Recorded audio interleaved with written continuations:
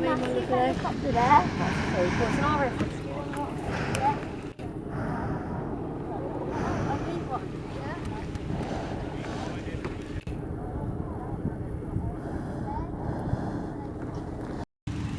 We're talking the age of discovery.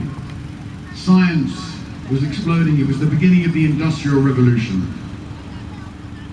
And all the way in France, way down south in Provence, two brothers, Jacques and Etienne Montgolfier, and the pilots realized that it wasn't a very good idea, so they wanted to give a gift that would be something that the local people would recognize, and of course they gave them a bottle of the local wine, which was champagne. And so it's now a tradition.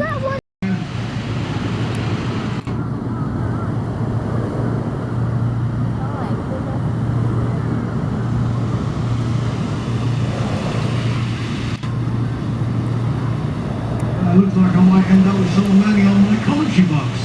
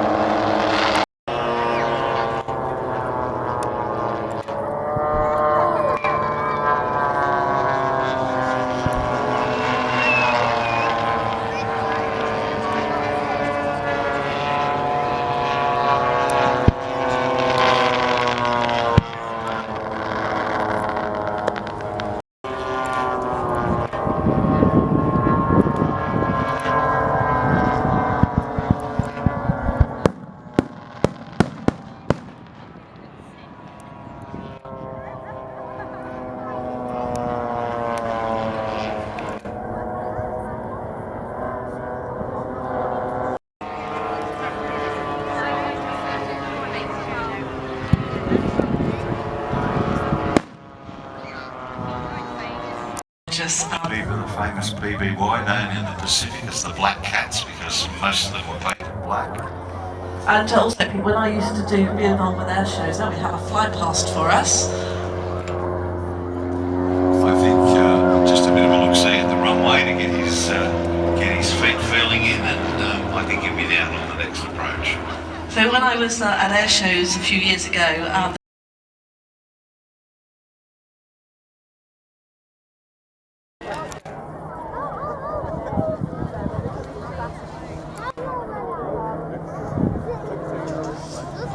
And ladies and gentlemen, from your right, the Diamond DA42 Twin Star. Now this is a very unusual looking aircraft. It combines a whole host of features: very high crash survivability, comfort, high fuel efficiency, and that was certainly achieved by those diesel engines. so pilot Jason Douglas is enjoying his first season as a display pilot, although he has many years of flying experience at Midlands Air Festival a few years ago. Now Jason has flown just about everything, everywhere, including bush flying across Africa.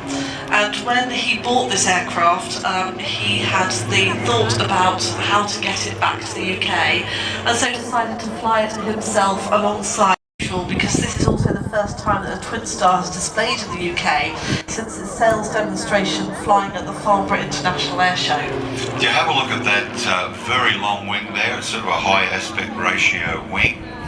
There's extensive use of carbon fibre composite engines, and a wonderful way to travel from A to B.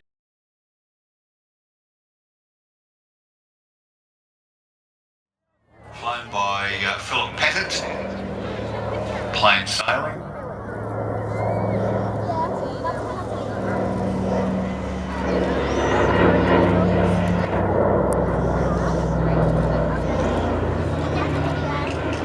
And Pete, you can clearly see those big bubbles on the side of the... big blisters. Yeah, absolutely. So it gives them this aircraft on water. I've been very fortunate to be in one with operations off a lake.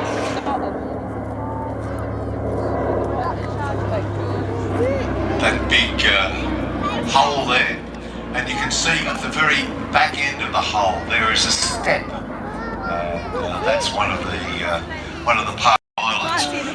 Very often they would be there flying off the islands while the Allies were attacking the Japanese forces, and if a pilot got into difficulties, they would land under fire to pick them up.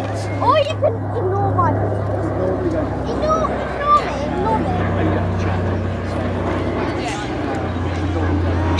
Not only flying in the Pacific, but certainly flying in the Northern Hemisphere, and very, very famous for shadowing the Bismarck and leading to... The aircraft is affectionately known as Miss Pickup, and owned and operated by Plain Sailing, and the aircraft I think is currently based at Duxford in Cambridgeshire.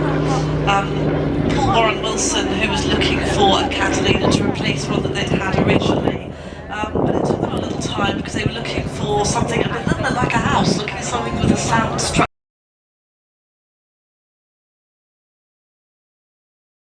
down.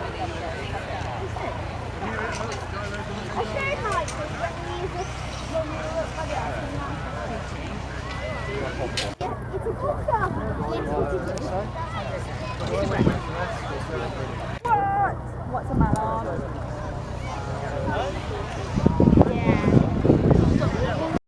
and 115 horsepower, depending upon which model.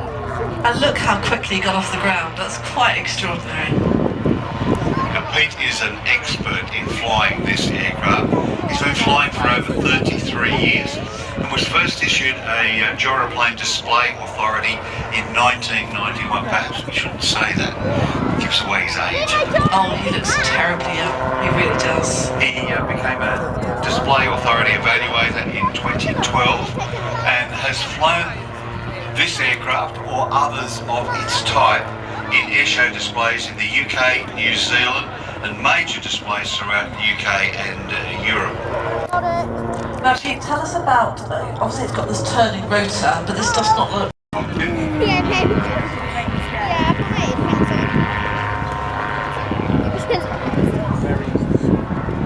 Aha! Looks like it's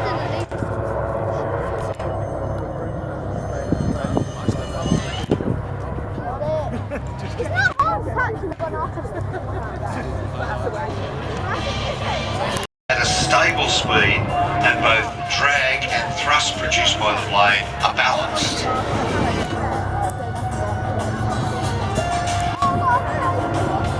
It's capable of hovering, same as a helicopter. Very, very manoeuvrable, as you can see. A lot of these are now being used when the aircraft stops producing lift. Well, with these rotor blades, they are constantly producing lift. In a helicopter, when something goes wrong with the engine, you go into what is known as auto rotation, where the engine is not driving the blades, but you are using the downward motion and the air moving the rotor blades. In the autogyro, the blades are in a constant state of auto rotation.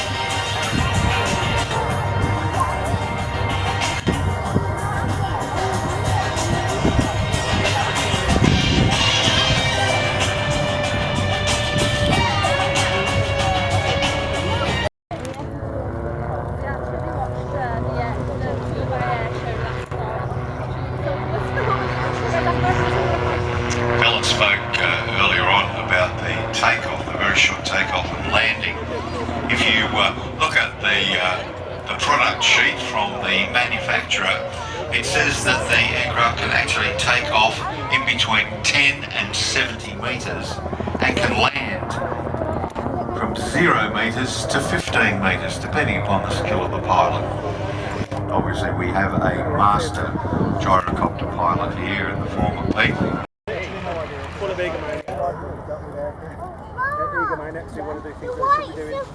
And then watch this, everybody. Such a tight turn. That is the way to make an approach into a landing. Fantastic work. Well done.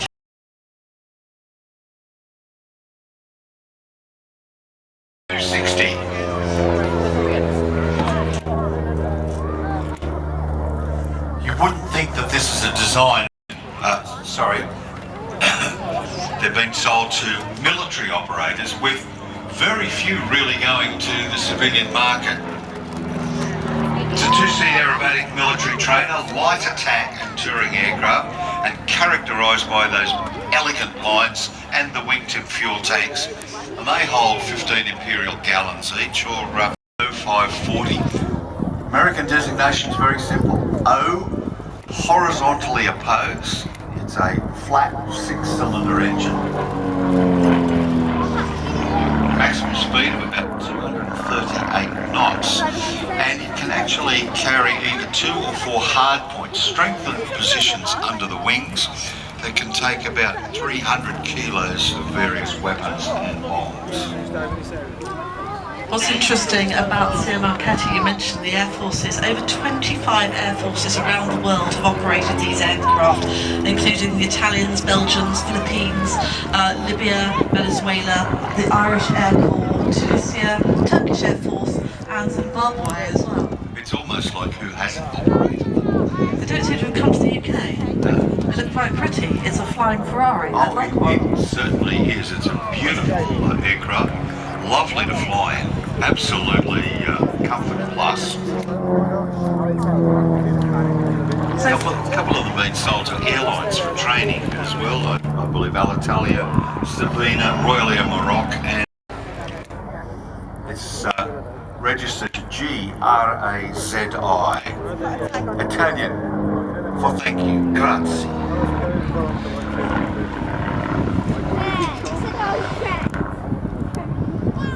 I spoke to Paul earlier today and he said this aircraft is such a joy to fly, and I can imagine him sitting there with a massive smile on his face as he's rolling his way through the sky. We also try and give you great opportunities for photographs, and those with the long lenses will be able to see against this gorgeous blue backdrop and those lovely wisping clouds. To see a civilian aircraft, because normally they have camouflage on. I think about only 180 of these actually went out onto the civilian market out of the 900 plus built. It's also refreshing for me personally to see an aircraft that isn't in that. And they're going to be coming back in a little while for their full display, but they're going to get airborne so they can spend some time climbing to height. So here you can see stomp 1, 2, 3 and 4 in a beautiful close formation, takeoff, stream takeoff. That rumbling engine takes us back to the 1930s. Like a tiger moth with a Belgian accent. Absolutely. Smoke on. That's what you call a proper airshow takeoff. So the stomps will be disappearing off into the nearby area into our holding.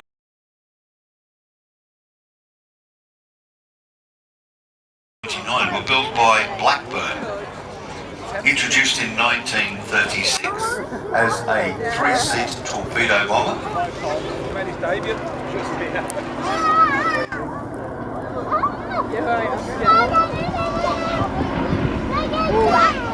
Give him a big wave, ladies and gentlemen. You can see the observer up there doing his thing.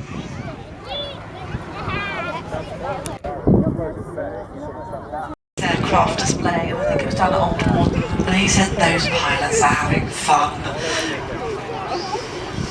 It was such a pleasure to spend time with a real veteran. You can see that huge torpedo under the fuselage. And also I can see the person in the rear waving at us, which is brilliant. Head underwing rockets. Used to great advantage in small escort carriers or merchant aircraft carriers, or MAC carriers as they were known, particularly in support of the Murmansk convoys in a Landing this on an aircraft carrier. It's a very rugged aircraft, but it was described as being dropped into a coal cellar while sitting in a tin bath, and that must have been it was your daily flying activity to be landing and taking off from an aircraft carrier. Not quite. flown today by Glenn Allison.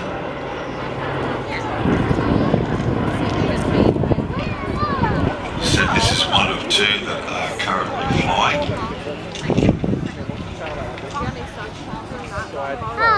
That team do an incredible job, and as I said, you know, I was watching this aircraft fly as a child, and it's still looking glorious today. This aircraft is one that was manufactured by Blackburn.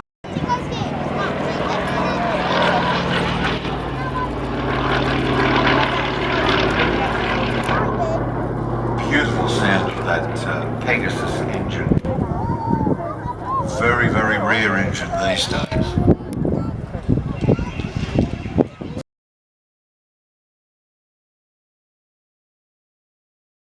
The first flyby.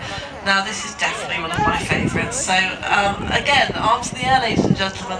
Give the Stomp team a big wave as they come in down that flight line, and you can see the aircraft bobbling around in their own particular airspace, but working really hard to keep that formation as tight as possible. Every one of the team members is being led by the leader. He's actually flying the entire formation. They've gone through lots and lots of practice of this on the ground. Also, they've been doing it for many, many years, but every time they undertake a flight, they do a walkthrough to just check that everybody knows exactly what their movements are.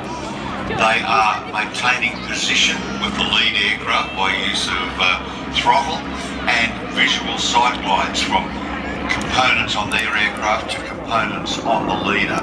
So that's sensor to be fitted.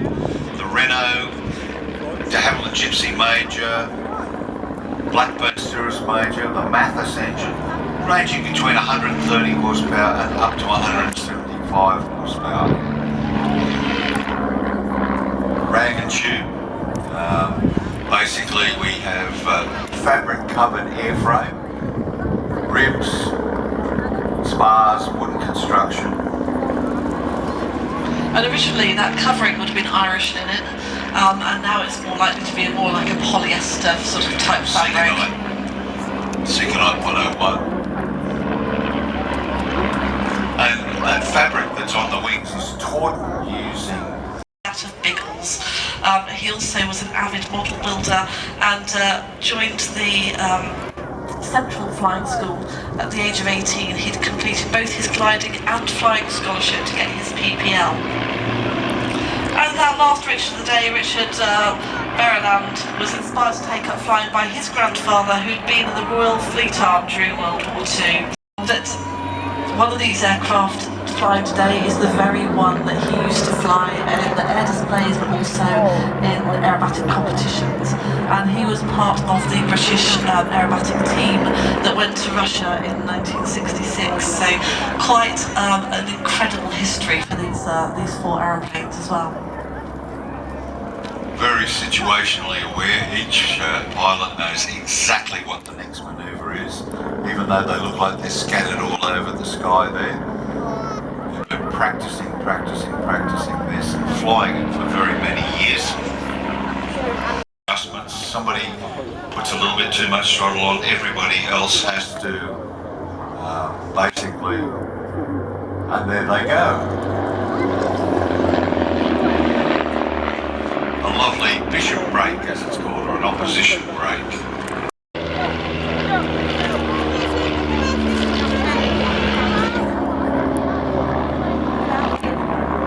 And all the pilots there giving us a wave as they come down the crowd line again. You can clearly see them waving from the cockpit, so as the solo comes in, pulls up for a quarter clover. So called, if you can imagine looking at a clover leaf, there are 2 or 3 dimensions to that clover leaf, and he is flying one of those legs.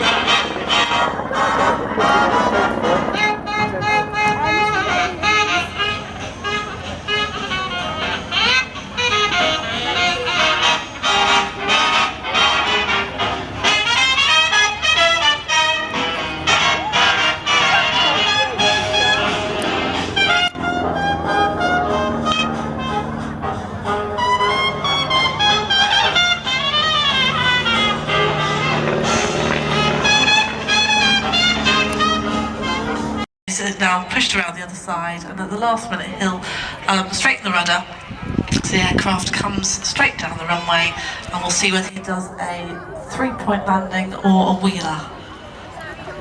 Pretty much a 3-point landing. It's nearly down. There it is. Beautiful job, well done. Now that is 10 points from all the scorecard. All the pilots that are here, you know yourself, they all score landings, whether they actually physically do it or it's in their mind.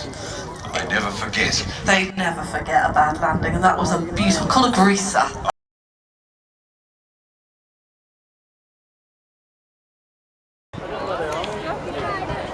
And as you look above to your right, the Strike Master pair.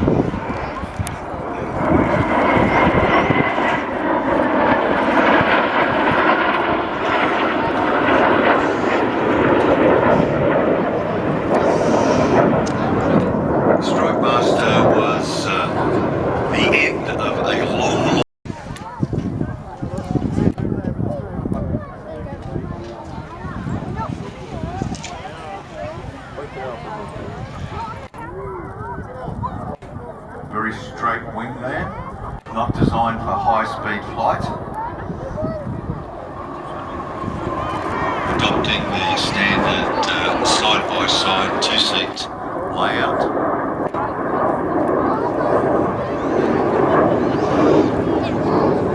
About 140.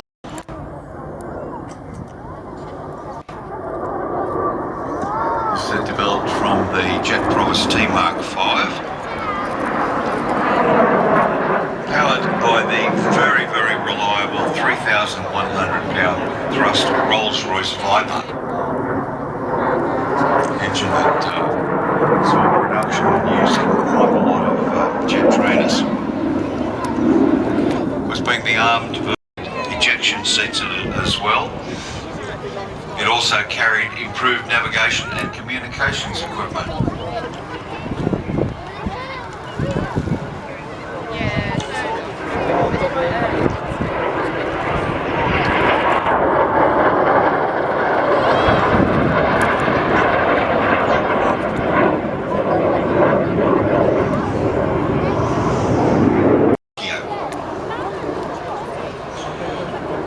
Their strike masters were generally referred to as the Blunty.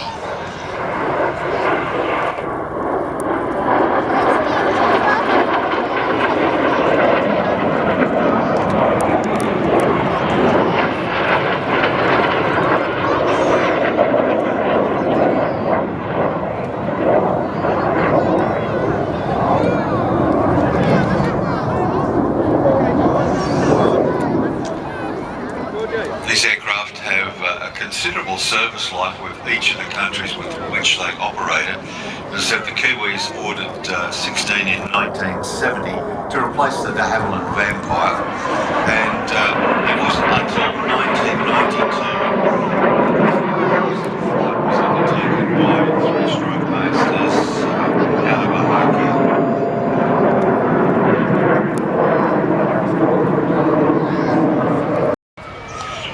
Very, very happy down at low level, as we see here.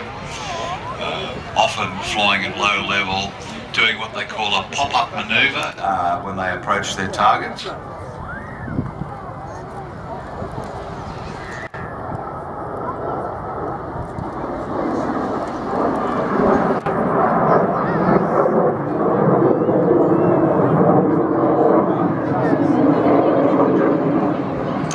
thought we were going to see a heart.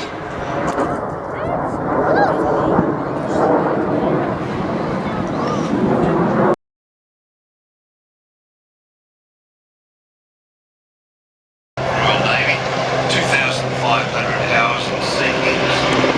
The pilot is Flight Lieutenant Al Sparks, RAF. He's a former Army Air Force pilot. They're flying Chinooks. There are two crewmen. Paul Middleton, he's a qualified air crewman on Sea King and Wessex.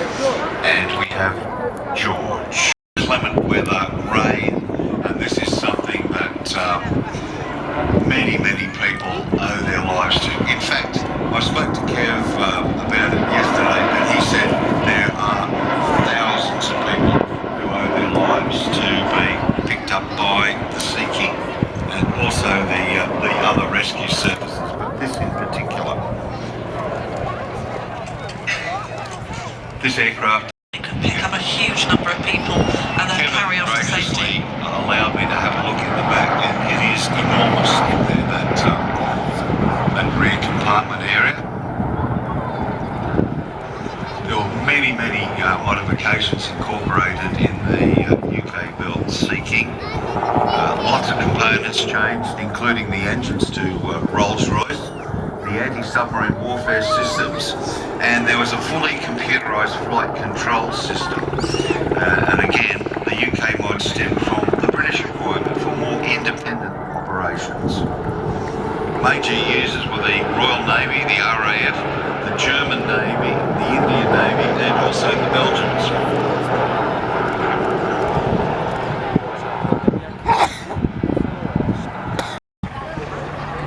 You see a lot of Spitfires and this and that around the place for warbirds, but these really do have an incredible place. If you think about it, helicopter operations with the military started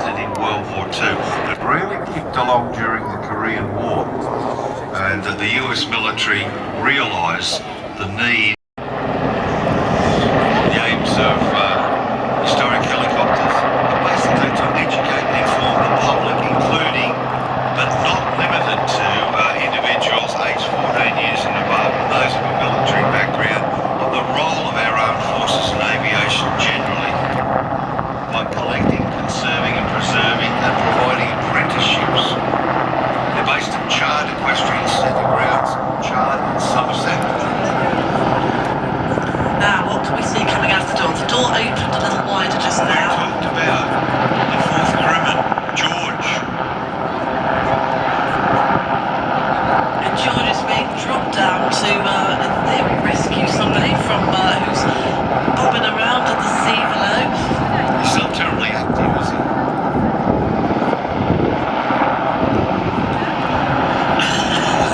The rotor downwash from the helicopter. We spoke about the autogyro earlier on, the gyrocopter, where the air goes up through the blades, providing in the back there the other day, having a few of the 40 weeks he's probably well deserved.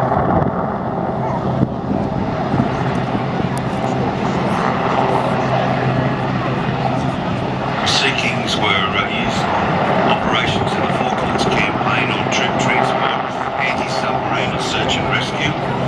Also took part in the Gulf War in Bosnia-Herzegovina, the conflict in the Balkans there, in Iraq, Sierra Leone, Persian Gulf, Cyprus, Lebanon for Operation Highbrow, and also Afghanistan. Give them a wave. Well done. Team there waving back.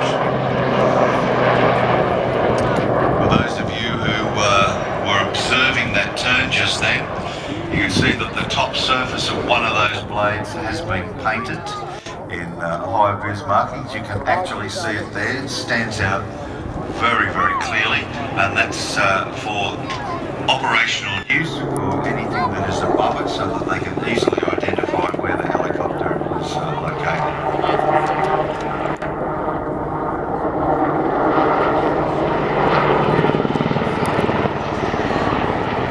In its aggressive role, the armament carried was either 4 Mark 40. Raise the colours. To fly aircraft when he acquired it, but he did a lot of personalisation himself. Look at that, an amazingly short takeoff run and straight into a succession of rolls. No need to build up speed, such as the great power-to-weight ratio this aircraft has. It's made up of light plywood and balsa wood, so excellent power-to-weight ratio, as I said. The engine was 2 pairs of 275cc pistons and cylinders, but everything else is machined from billet material, including the crankcase, the prop driver, bearing housing, spinner and the ignition flywheel. Steve manufactured all those parts using 7075 aircraft grade aluminium and anodized.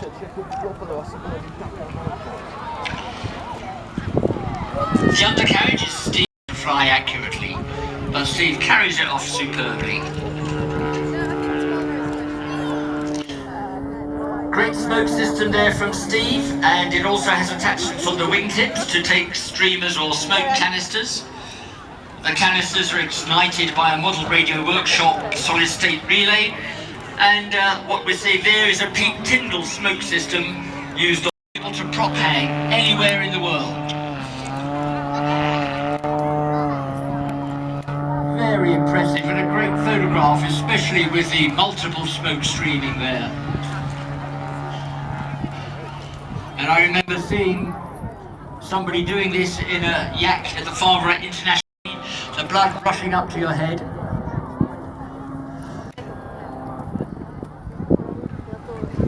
And now demonstrating a very rapid rate of roll, and flick rolls on the way down as well. The flick roll is really a high-speed controlled spin, and the secret of a successful flick is to come out of the air manoeuvre going in the same direction as you were when you first went into it. Demonstrating the aircraft's amazing rate of roll there. 345 degrees a second is the rate of roll of the full-size aircraft. I think this model is actually doing much more than that. The full-size aircraft has a top speed of 280 miles an hour, powered by an M14P 9-cylinder radial piston engine developing 360 horsepower. Coming in now on knife edge, using the lift generated by the aircraft fuselage.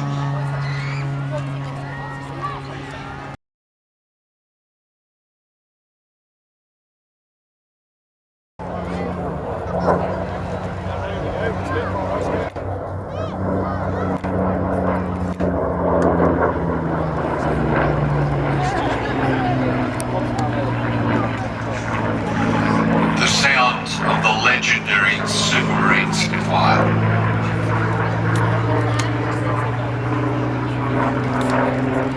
Battle Britain Memorial Flight.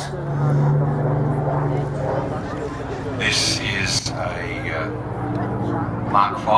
300 were built.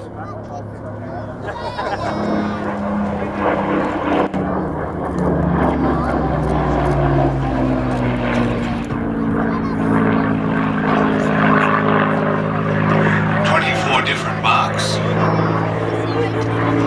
but it is considered that the Mark V is the nicest of all of the models to fly. Operated in every theatre during the fierce aerial battle in support of Operation Jubilee, the Diem raid.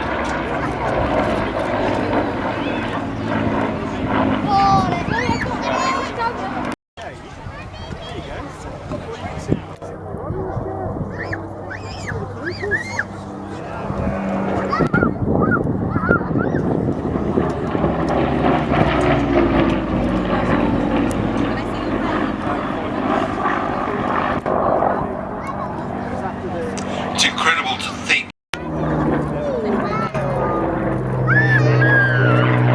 at the end of that service in 1957, the aircraft from that flight were transferred directly to what was known then as the historic aircraft flight. Pilot during the D-Day period was flying officer George Geordie Boyd, who came from Hamilton, Ontario. We've got one of the stops departing.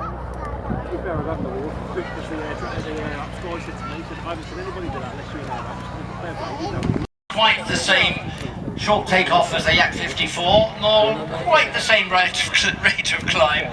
Looks like it's almost going to fall out of the sky. Oh, is he? Is he stalling? No, he's okay. He's okay. So this was built 24 years ago by Roy Salter, but was restored last year by Steve Carr. And the model now has a single-cylinder 160cc four-stroke engine and a 32-inch scale propeller. And it's actually based on the full-size replica used in the film, those magnificent men in their flying machines.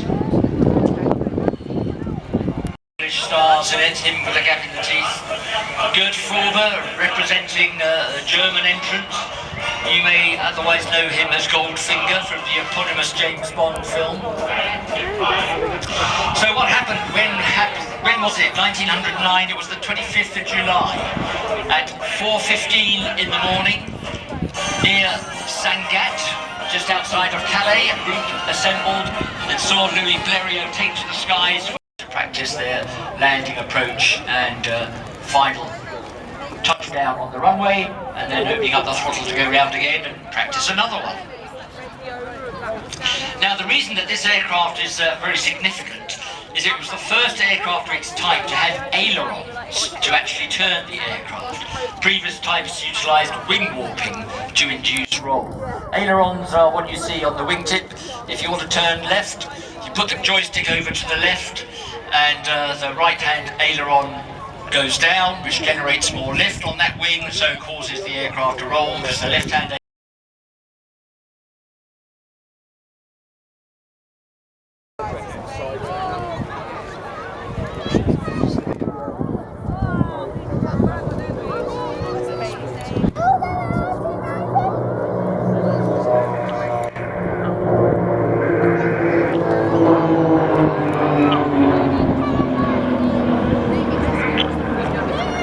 Got it!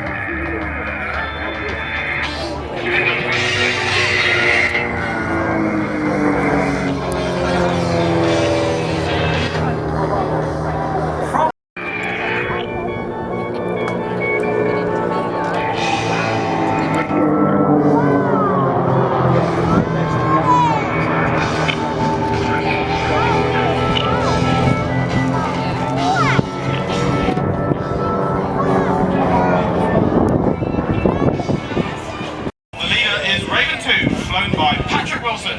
Patrick is a charter airline pilot who also got married just a few days ago. I wonder if he's enjoying this more than the wedding.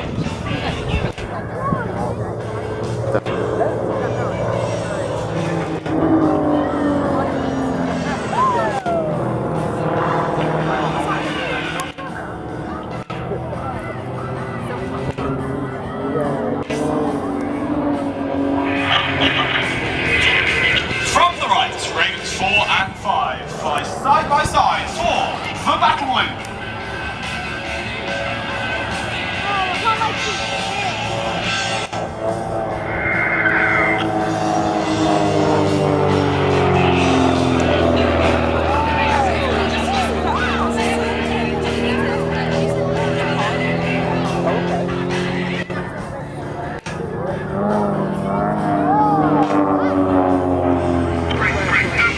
Now out in front of us, Ravens 1 to 3 line up for the cross.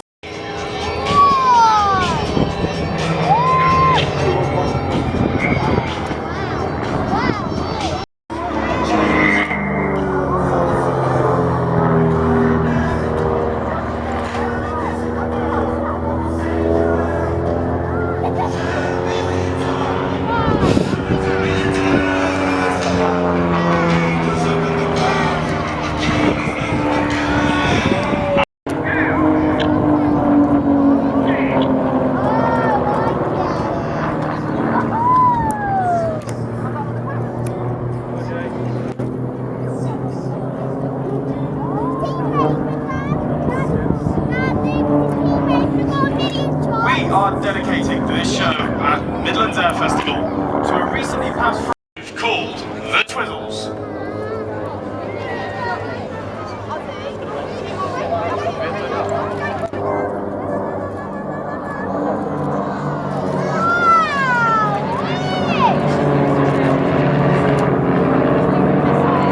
And what a great way to remember a great friend.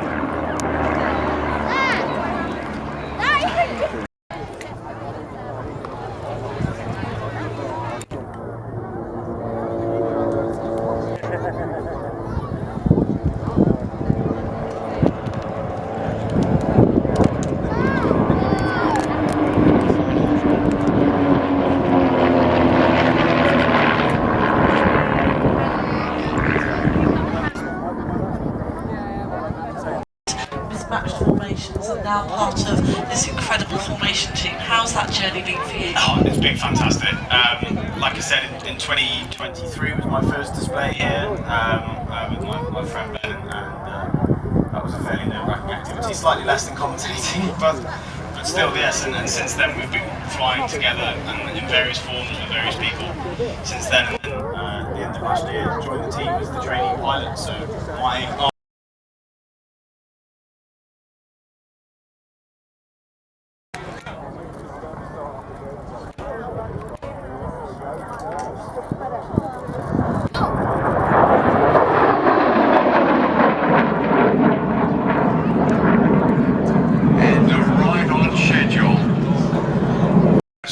and through the flame tube.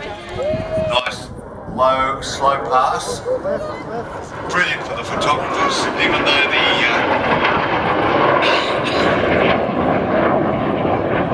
it's a lovely. It's beautiful, isn't it? As Pete said, the MiG is celebrated for its 15. This was very lethal in afterburner now.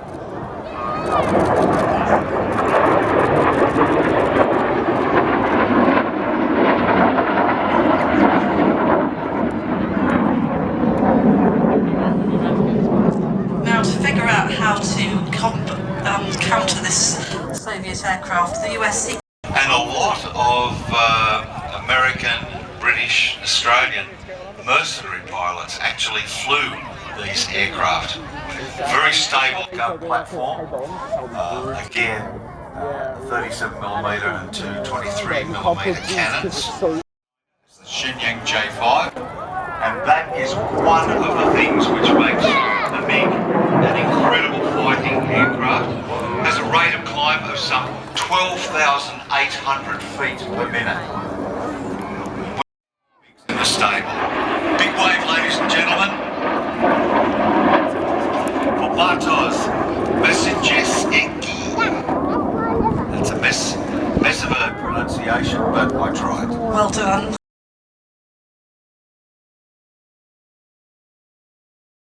says I'm having fun, and diving, and he will be pulling up to do a manoeuvre called a Mulleroid. Now look at those multiple spins.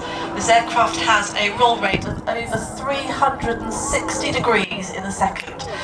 Every time you count to one, he's already done more than one turn. So he will be pulling up. So the Mulleroid is a manoeuvre named after famed aerobatic pilot Eric Muller. It's known as a helicopter spin, which includes upwards negative flip rolling. And the aircraft, literally, you can see it helicoptering down. And then pulling up for the next manoeuvre. Now this aircraft was designed by Walter Extra, another of these aircraft where the designer and pilot named the aircraft after himself, and it was designed to do really one thing, and that was to win aerobatic competitions at world-class, unlimited level, which it did with amazing success. Its strength and stiffness gives it amazing control, and also, as we said, it's an eye-popping roll rate of around various countries, including Nigeria and India, and he only received the aircraft back about 4 or 5 days ago, so it's been a rush to put it back together and get it tested in time for the Midlands Air Festival this weekend. So up into the vertical, and you see he's running out of speed, and the aircraft literally is a stall, but it's stalling the wind over the wings, and he does a 180 degrees stall turn and then starts to tumble end over end. If you want to know what this feels like, you can fly in the Extra yourself.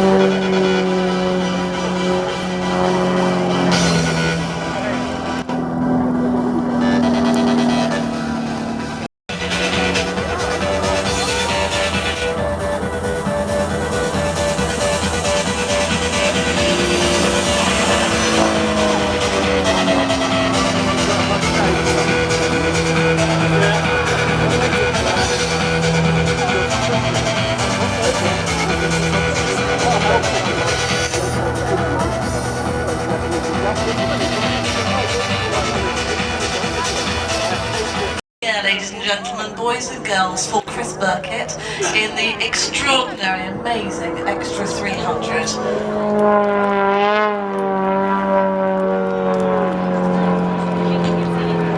Very nice knife edge there. Beautiful. And anyone who was here last night would have seen Chris flying the part of the night show, and he had pyrotechnics on the wingtips, which were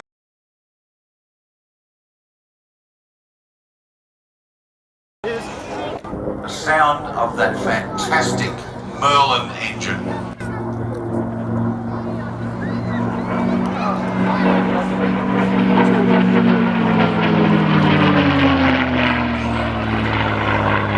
Of course, the Mustang really needs no introduction. High-back fuselage, but it was still able to go with the bombers all the way to Berlin and back.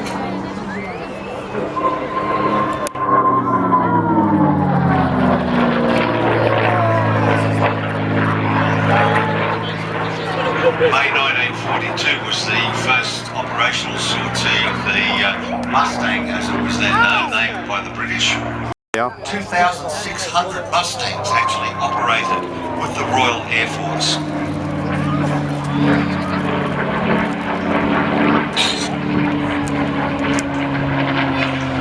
650 caliber machine guns, 1,000-pound bomb under each wing, drop tanks, or a combination of those mixed in with California near the Mojave Desert.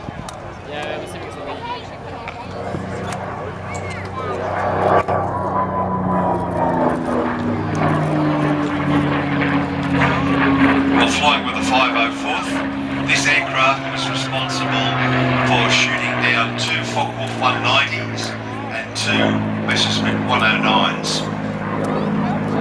On the 13th of August 1944, Stevens was involved in bombing and strafing rail targets in France. That evening, he was shot down and crashed into a farm near Fauquier, cause unknown, not knowing whether it was anti-aircraft fire or whether it was a German fighter. The aircraft was basically stored for quite a long while, or the wreckage, and it was purchased in 1998 by Morris Hammond and brought back to the UK, positively identified by the aircraft fin, the 3 numbers on one side and 3 numbers on the other.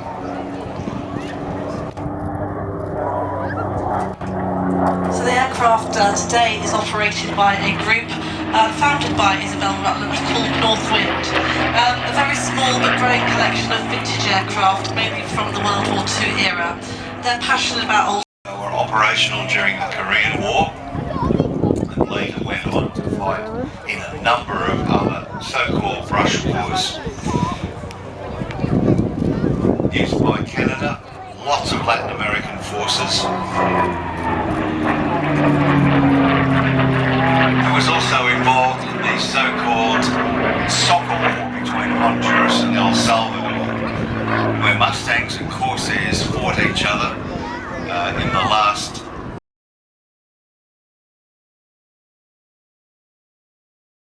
by the end of the year, or at least early next year, they'll have a Spitfire 90th anniversary.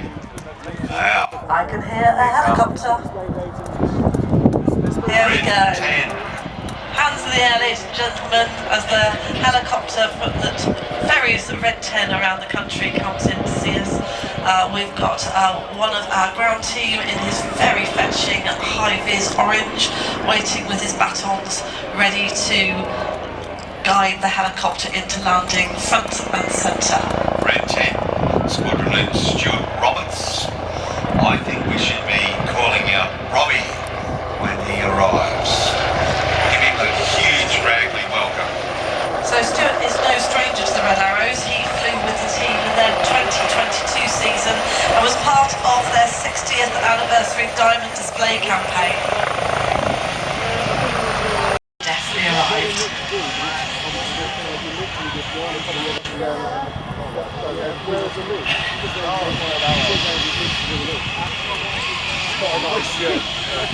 Oh, this is easy.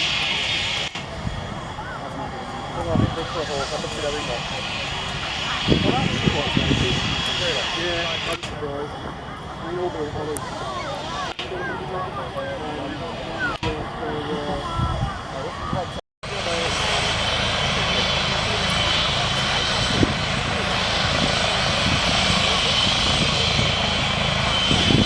Another big wave. Ladies and gentlemen, the squadron leader, Stu Roberts, Red 10.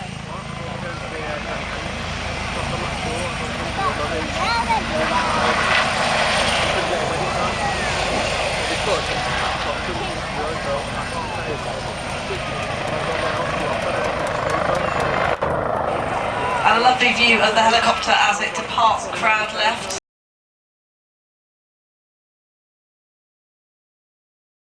In from your left, the Star-Spangled Pair, the B-17 and the OV-10 Bronco.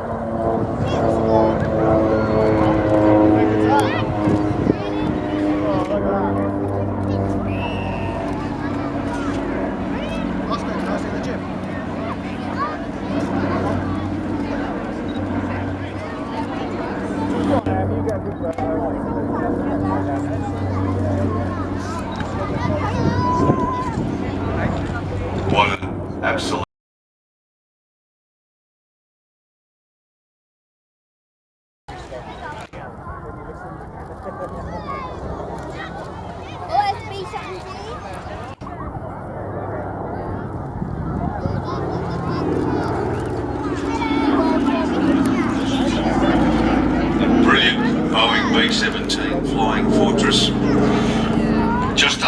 17,000 built.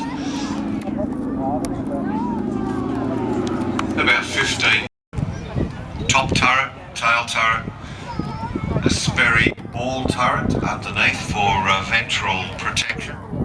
Later versions fitted with a chin turret under the nose, as you can see here. Bomb bay doors open.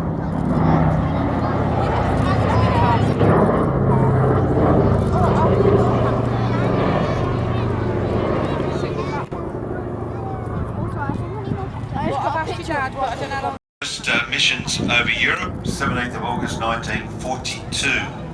12 B-17s of the 97th Bomb Group, led by Major Paul Tibbets, with General Ira Eaker, attacked the marshalling yards at Rouen. Now that name, as well as being responsible for leading the first B-17 raid over Europe, he later went on Landry. He was with the Dallas Cowboys, the American football team.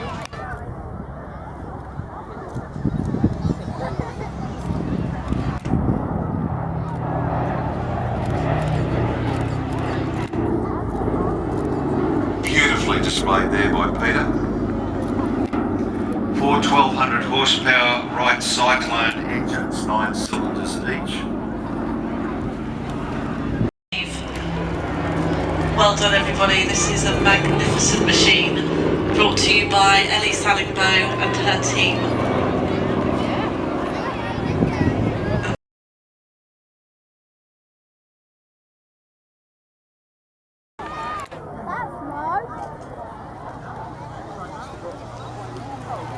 Listen to those twin Garrett turboprops.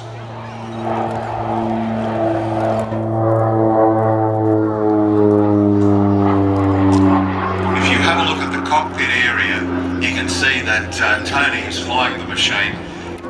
The canopy virtually comes down to the side of his legs, so he has amphibious assault ships without the requirement for a arrestor wires or a catapult. Very versatile machine.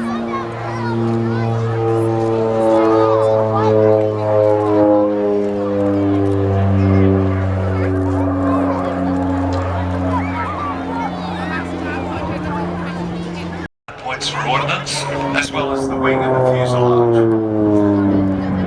You can see here Tony's carrying an extra fuel tank underneath. That was 1968, and that was for the full Vietnam combat evaluation. You see the aircraft is fully aerobatic.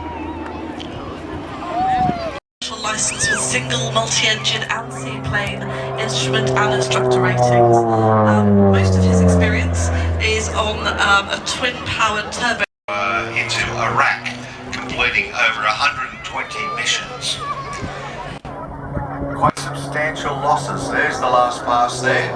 Nice wing wave. And as you can see, very aerobatic. I think that's got to be the most dynamic wing wave we've had of the day. Fantastic. Maybe he's not departing yet. Hopefully. Like the Cessna Bird Dog or the Cessna 02. Look at that. That's a K-SAR approach, designed to get the aircraft down as fast as possible, aka the Sarajevo Pass. Tony has actually landed that aircraft and operated from here for the Midlands Air Festival. You can see those two sponsons sticking out of the side of the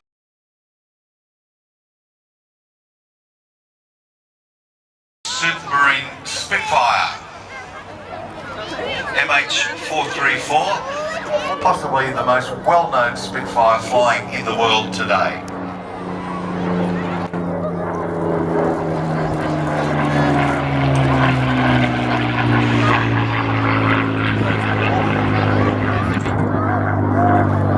As we mentioned earlier on with the Battle of Britain Memorial Flight Spitfire.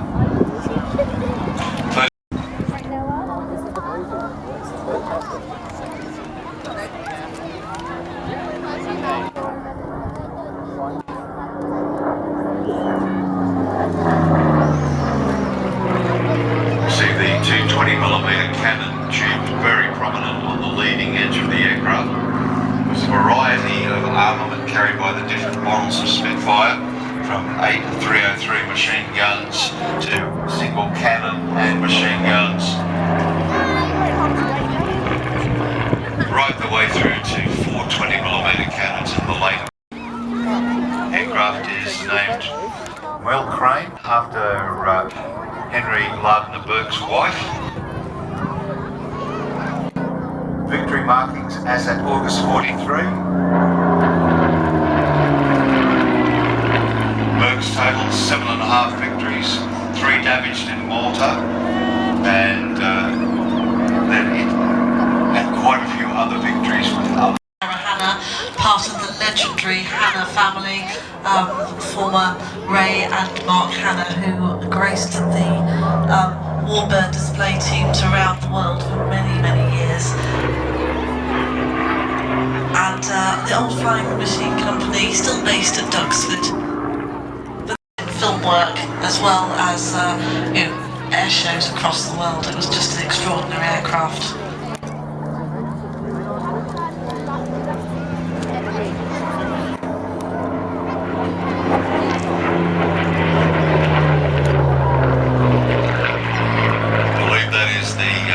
Pass there for the Mark 9 Spitfire. The most numerous of the Spitfire variants produced, and of course beautiful.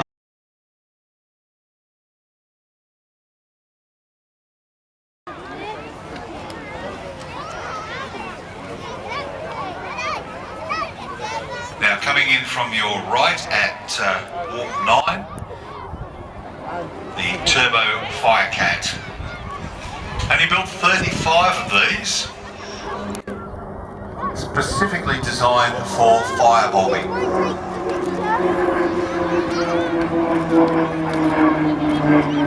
Most unusual to see that aircraft, and particularly hear it without the grumble of the big right engines, the piston engines, powered by dropping. So that's what it does in real life.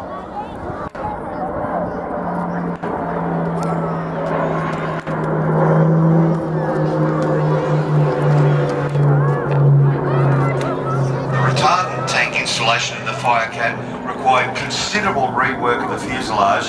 They can actually do a running drop, or they can do what they call crown busting drops, where everything goes out in one hit to take out crown fires.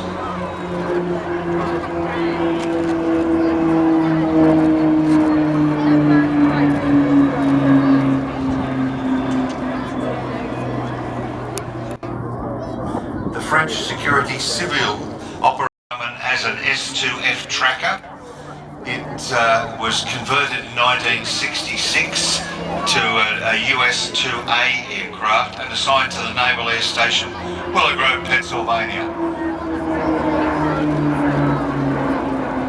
Ended its career after time in Japan by being transferred. September 2001, one of their pilots had to force land on the Cairn track. There was minimal damage, and in the recording it says minimal damage apart from the engines and propellers. Quite obviously a very expensive forced landing. In September 2019, it was registered Foxtrot Alpha Yankee Foxtrot Tango with the first flight in October 23. By the recovery and restoration of aircraft, with a constant aim of reflying these aircraft linked to French national air history. Also includes training and integration of youth into different technical branches of aeronautics through practical applications offered by the maintenance of the entire fleet. A lot of students involved in this particular organisation.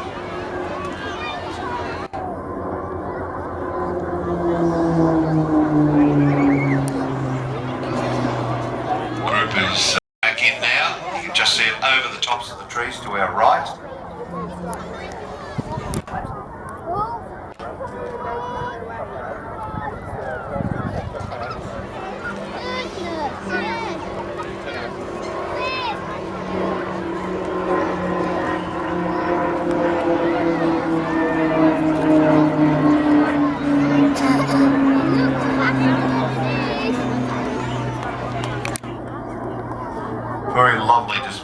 by Hervé Vedette.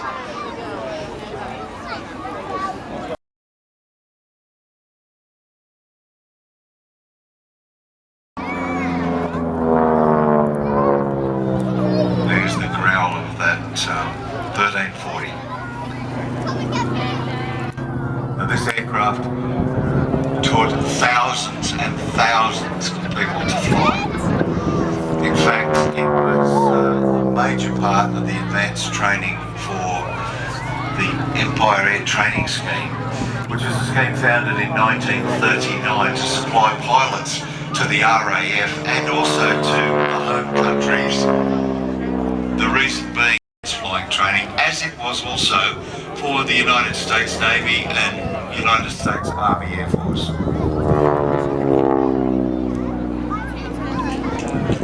Now, Harvard is described as thrilling but challenging to fly. It was designed to be intentionally unforgiving so that pilots transitioning to the bigger and more powerful warbirds 7-800s and has since worked his way up to being an airline captain.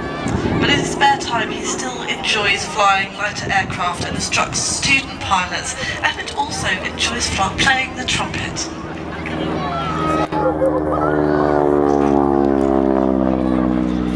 The very early Harvards also were basically represented by the Australian-produced Wirraway.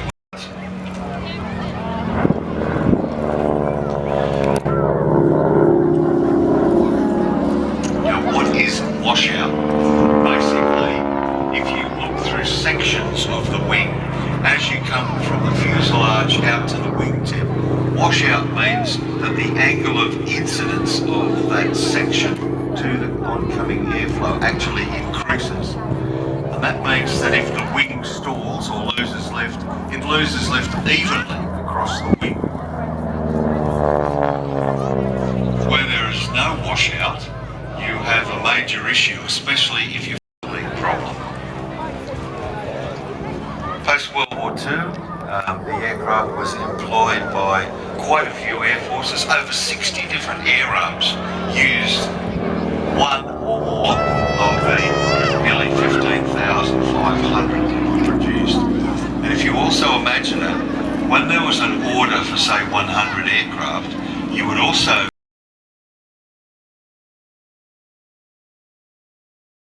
an hour in a demonstration of speed, precision and teamwork, representing the Royal Air Force and the very best of British, the 2026 Royal Air Force Aerobatic Team, the Red Arrows.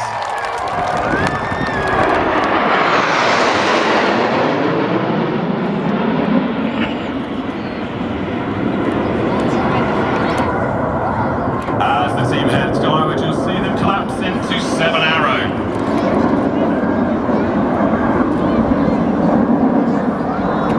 Apex the loop at over 6,000 feet, nearly a mile high, slowing to 120 miles an hour, and they'll get a great view of you all sat here watching.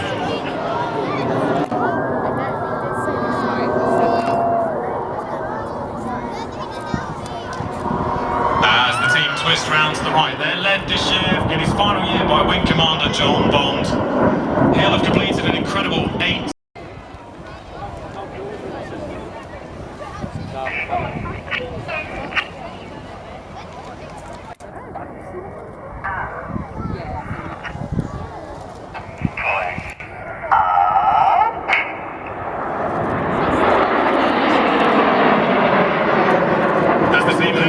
They're pulling 4G, their bodies weighing 4 times they do normally. As they do so, they'll switch and you see them move into Eagle.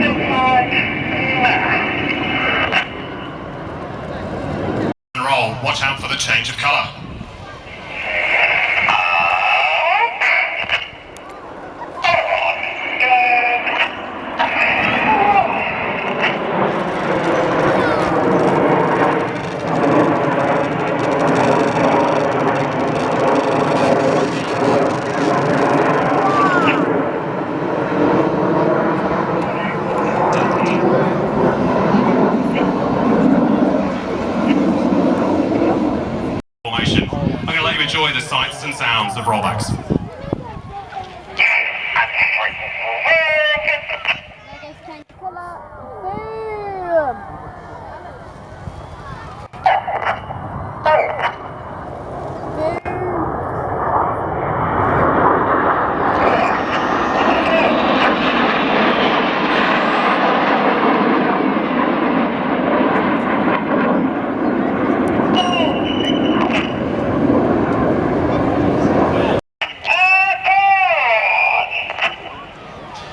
As Red 5 calls aboard, they're setting up in coordinated roles around the formation. Keep watching for the colour change as the team come round to the right.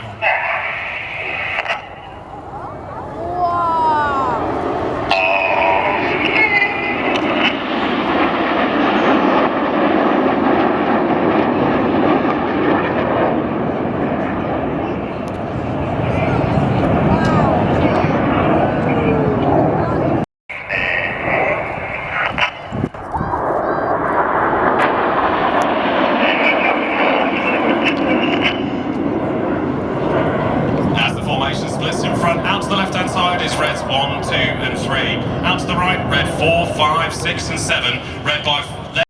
Ladies and gentlemen, get your cameras ready for the 3-4 cross.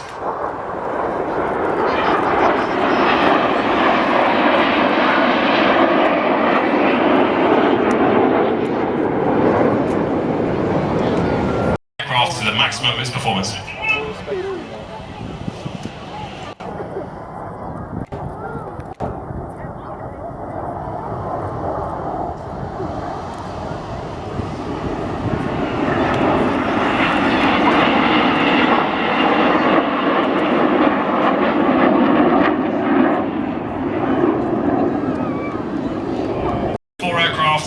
4, 5, 6 and 7 as they set up for their spectacular start to the second half. Reds 4 and 5 will roll around the outside of Reds 6 and 7 as they set up for the Hannah break.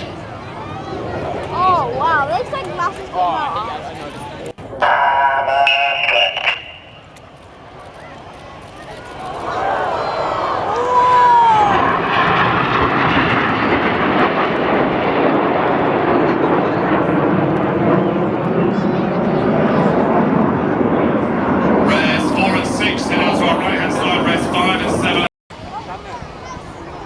Closing at over 700 miles an hour and 100 feet above the trees, this is the setup for Hannah Pass.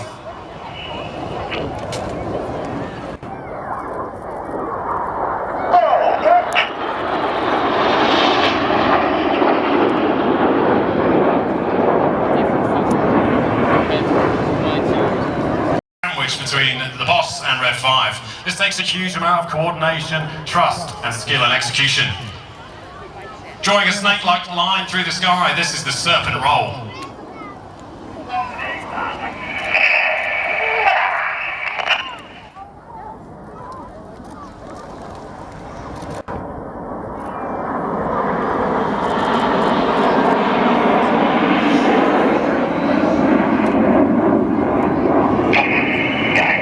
Recognise their dedication and thank them for their continued support.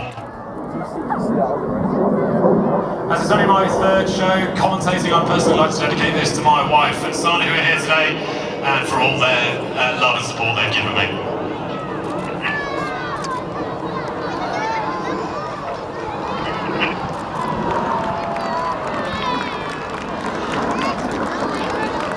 As Red 4 completes the spear, I've also been asked to give.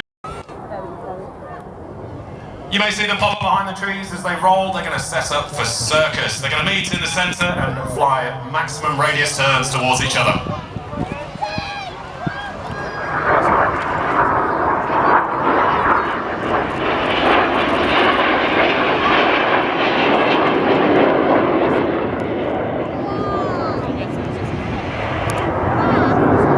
They're pulling 6G, looking out the top of the canopy to make sure they miss each other at the back.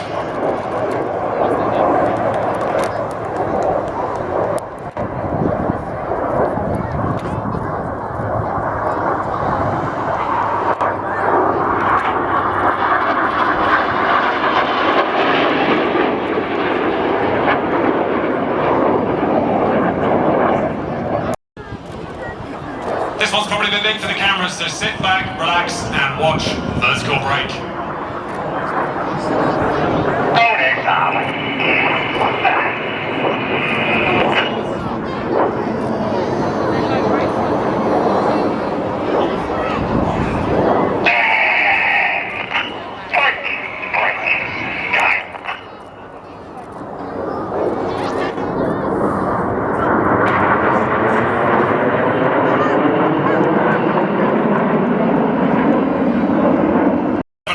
round and then stop the roll and reverse the direction.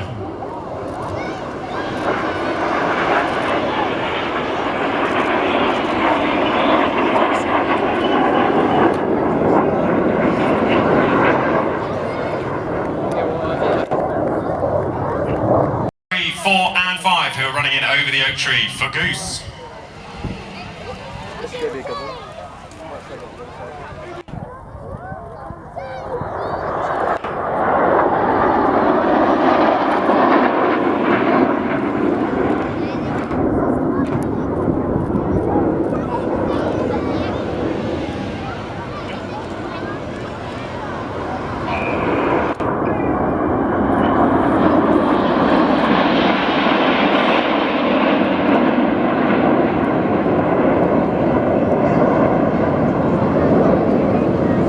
Awesome spectacles to finish the show.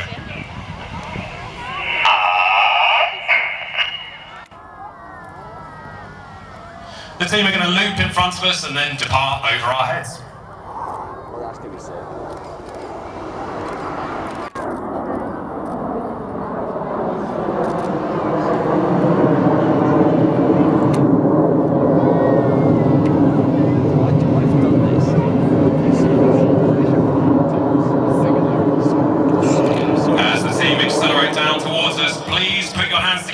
And make some noise for the 2026 Red Arrows.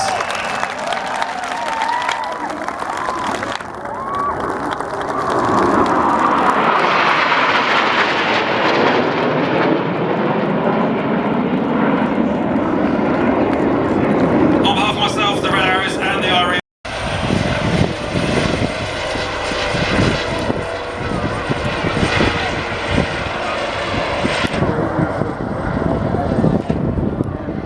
Parachuting. It is an extremely skillful form of parachuting that has taken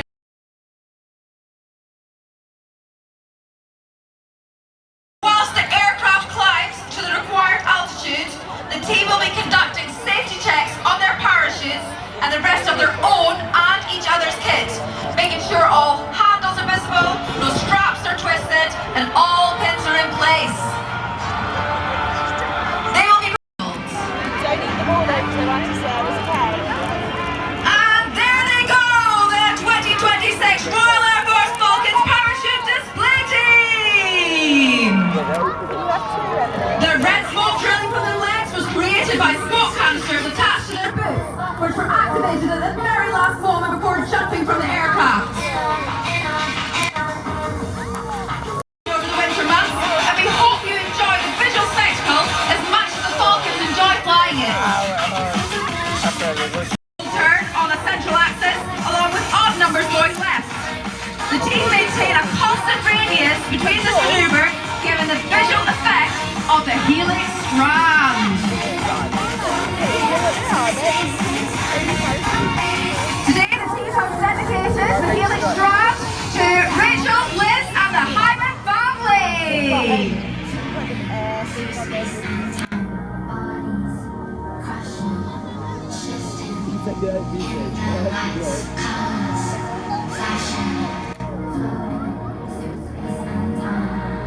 To make the split formation, the team will separate with odd numbers going left and even numbers going right.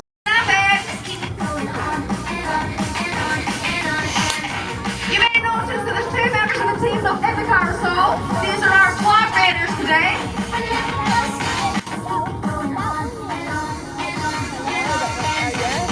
So Sergeant Luke Mees, he is going to be on our ensign today, and he is carrying Jeffrey the Giraffe. And the final formation of the display before landing today is the Sailor Chase. You will see the team essentially forming another snake, but this time with dynamic left and right turns to position themselves for the landing pattern into the arena.